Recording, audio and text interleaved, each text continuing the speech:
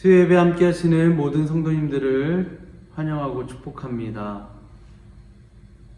예수님이 우리를 위하여 이 땅에 오신 그날을 기념하면서 언제나 우리도 이 땅에 예수님과 같이 낮은 곳을 향하여 심겨지는 우리의 삶이 되길 간절히 소망합니다.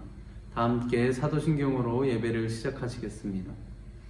전능하사 천지를 만드신 하나님 아버지를 내가 믿사오며 그 외아들 우리 주 예수 그리스도를 믿사오니 이는 성령으로 잉태하사 동정녀 마리아에게 나시고 본디오 빌라도에게 고난을 받으사 십자가에 못 박혀 죽으시고 장사한 지 사흘 만에 죽은 자 가운데서 다시 살아나시며 하늘에 오르사 전능하신 하나님 우편에 앉아 계시다가 저희로서 산자와 죽은 자를 심판하러 오시리라. 성령을 믿사오며 거룩한 공회와 성도가 서로 교통하는 것과 죄를 사하여 주시는 것과 몸이 다시 사는 것과 영원히 사는 것을 믿사옵나이다. 아멘. 함께 찬양하시겠습니다.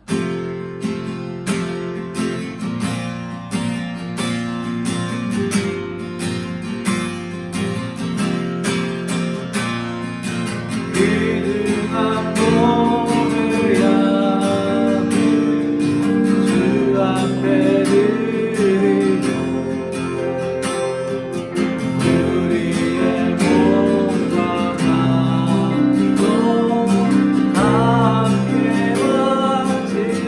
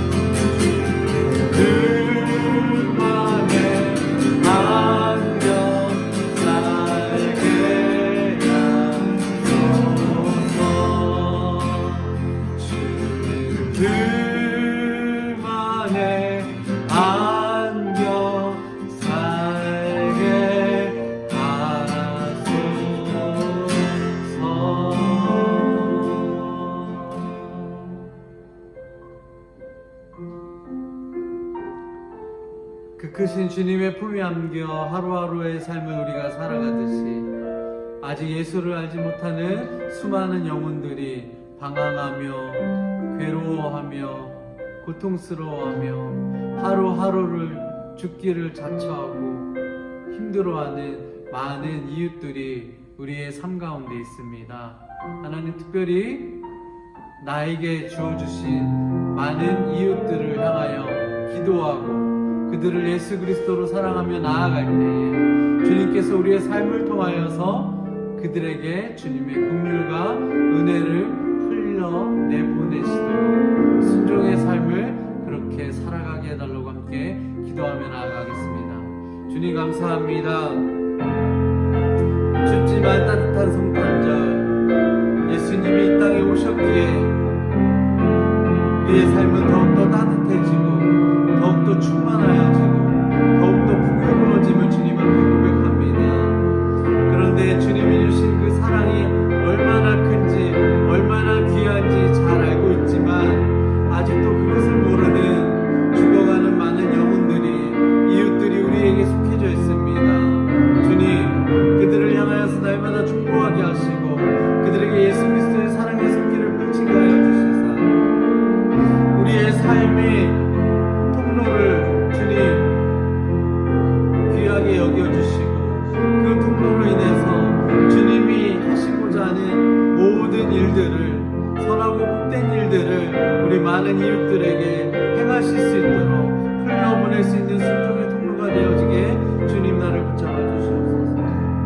언제나 주님의 사랑과 은혜와 긍휼로 살아가는 부족함 없는 우리의 삶이 되어지게 하여 주시옵소서. 온전히 주님만을 의지하며 나아갑니다. 이 땅에 오신 예수 그리스도의 그 마음과 목적을 우리의 인생의 전부가 될 수 있도록 주님 인도하여 주시고 함께하여 주시옵소서.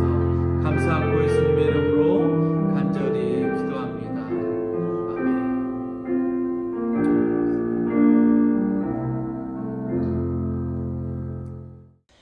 오늘 하나님께서 우리에게 주신 말씀은 마태복음 9장 14절에서 17절 말씀입니다.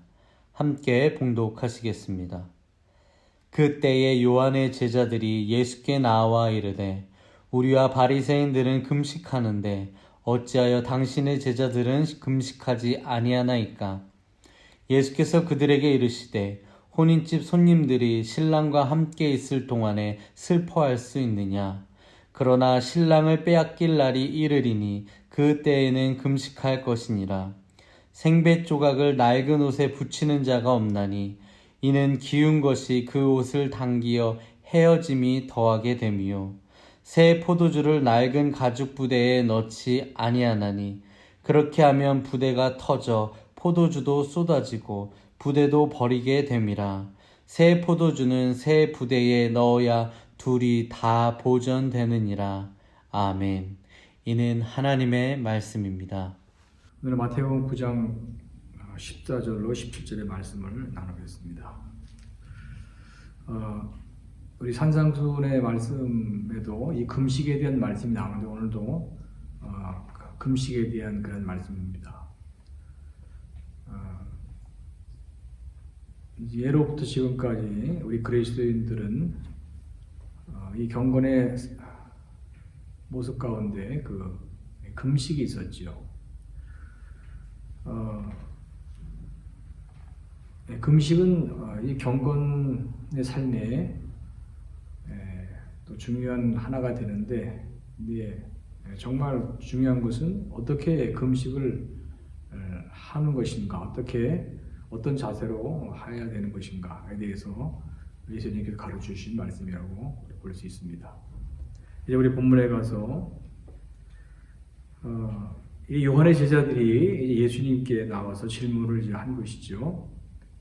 24절 말씀에 보면 그때 요한의 제자들이 예수께 나와 이르되 우리와 바리새인들은 금식하는데 어찌하여 당신의 제자들은 금식하지 아니하나이까?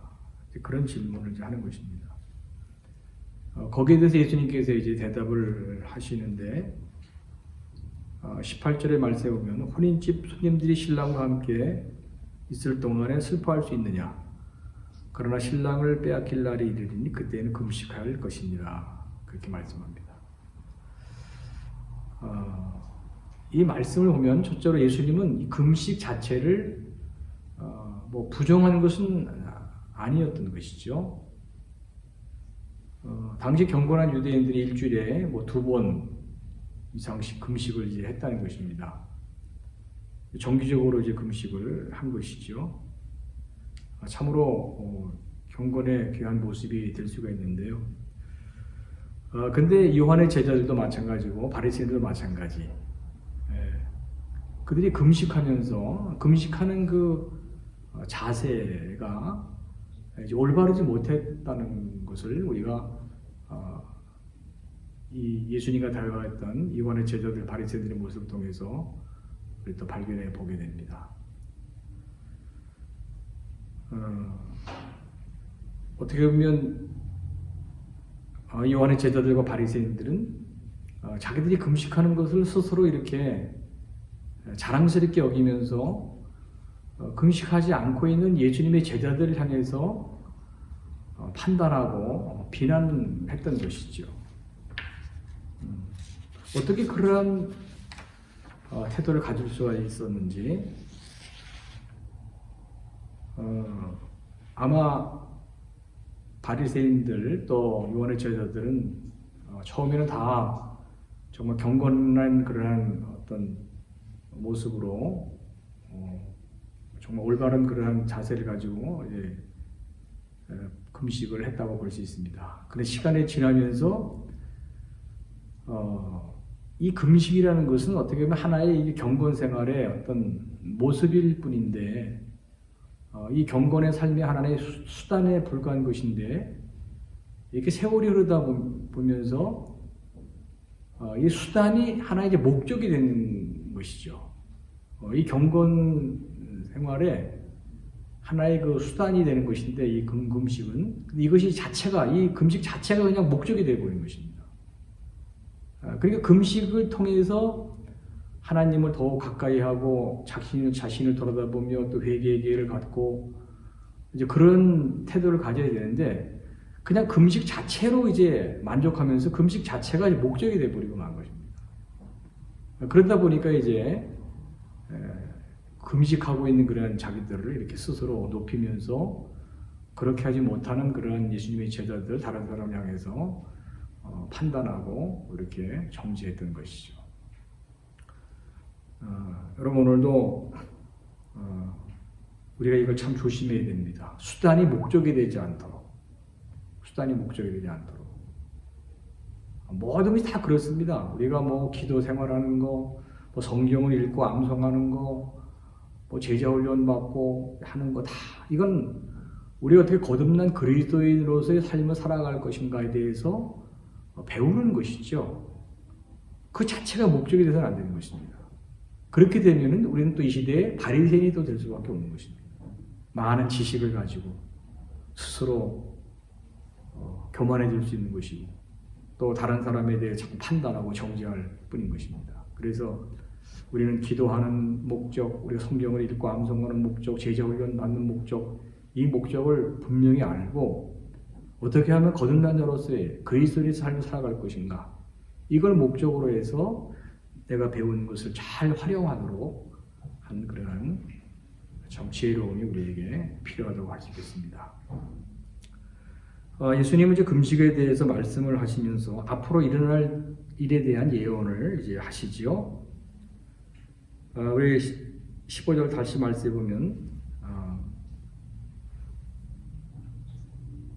그러나 신랑을 빼앗길 날이 이르니 그때에는 금식할 것이니라 그런 이제 말씀하십니다.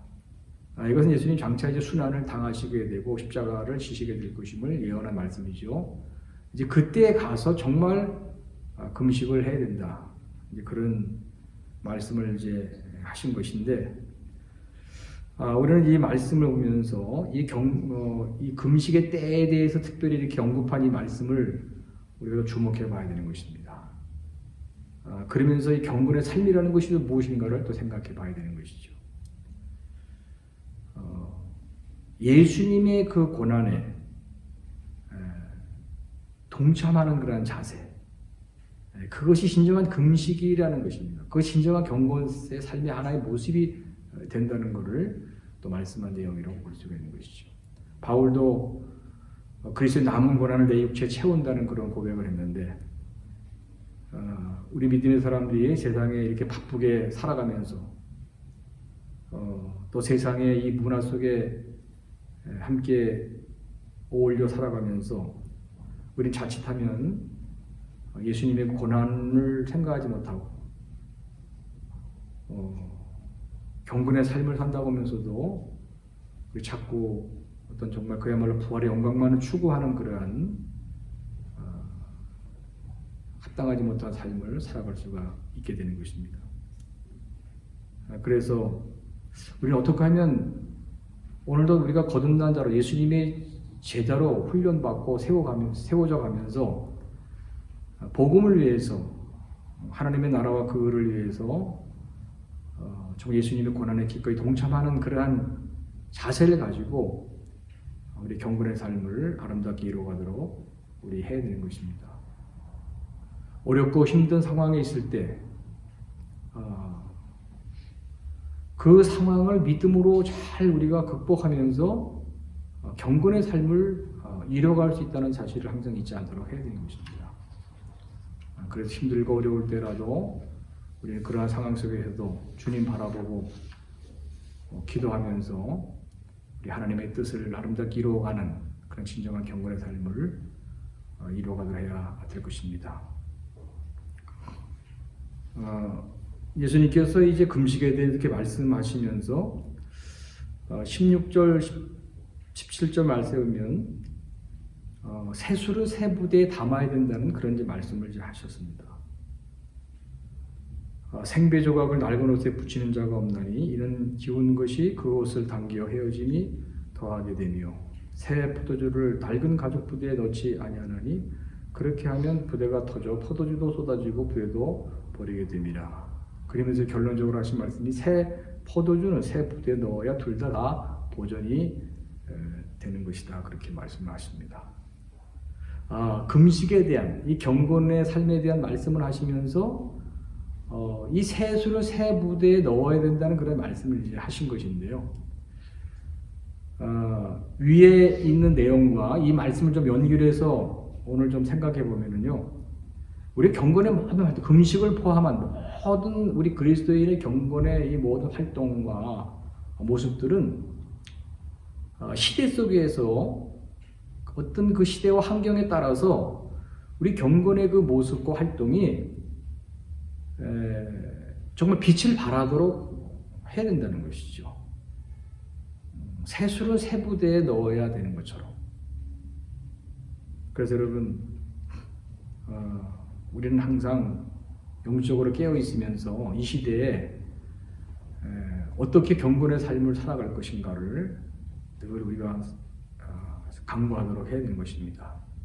그러니까 이제까지 해온 대로 하는 것이 아니고 21세기, 특별히 지금 코로나19 시대 속에 지금 살고 있지 않습니까? 이런 시대 속에서, 이런 환경 속에서 어떻게 경건의 삶을 이루어가야 될 것인가? 항상 이것을 우리가 좀 생각하면서 이 시대에 복음의 빛을 발하는 자로 우리 살아가도록 끊임없는 어떤 영적인 깨어있음을 통해서 우리 하나님의 뜻을 바로 깨닫고 그 뜻을 실천해 나가도록 힘써야 될 것입니다. 우리 교회도 교회가 전통이 있는데요. 우리 전통에 안주하는 교회가 되어서는 안 되는 것입니다. 그렇다고 전통을 완전히 무시해서는 안 되는 것이죠. 좋은 전통 우리가 계승하면서 이 시대에 맞는, 이 환경에 맞는 그런 교회의 모습으로 서나가면서 복음의 빛을 발하는 그러한 공동체를 아름답게 이뤄가도록 우리 모두 힘을 모아야 될 줄로 압니다. 오늘 금식에 대한 이 경건의 삶에 대한 말씀을 잠깐 나누었습니다. 오늘도 이 주신 말씀들을 우리 잘 삶에 적용하시기를 바라겠습니다. 우리 기도하겠습니다.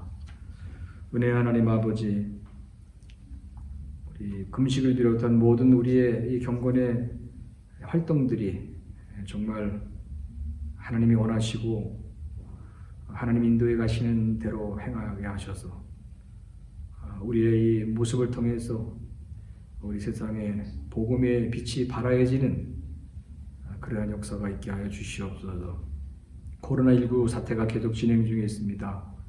우리 모든 성도들 어느 곳에 있든지 하나님 항상 지켜주시고 항상 말씀을 더 깊이 묵상하면서 하나님의 뜻대로 우리 온전한 삶을 살아가도록 늘 성령의 충만함을 또 부어 주시옵소서. 한 해가 저물어가고 있습니다. 또 기도하며 한 해를 잘 믿음 안에 정리하고 또 새해를 또 새로운 마음으로 우리 맞이할 수 있는 우리 모두가 되게 하여 주시옵소서. 예수님의 이름으로 기도하옵나이다. 아멘.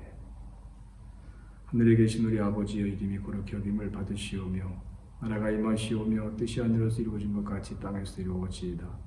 오늘 우리에게 영원한 양식을 주시옵고 우리가 우리에게 지지한 자를 사하여 준 것 같이 우리 죄를 사하여 주시옵고 우리를 시험에 들게 하지 마시옵고 다만 악에서 구하시옵소서. 나라와 권세와 영광이 아버지께 영원히 있사옵나이다. 아멘.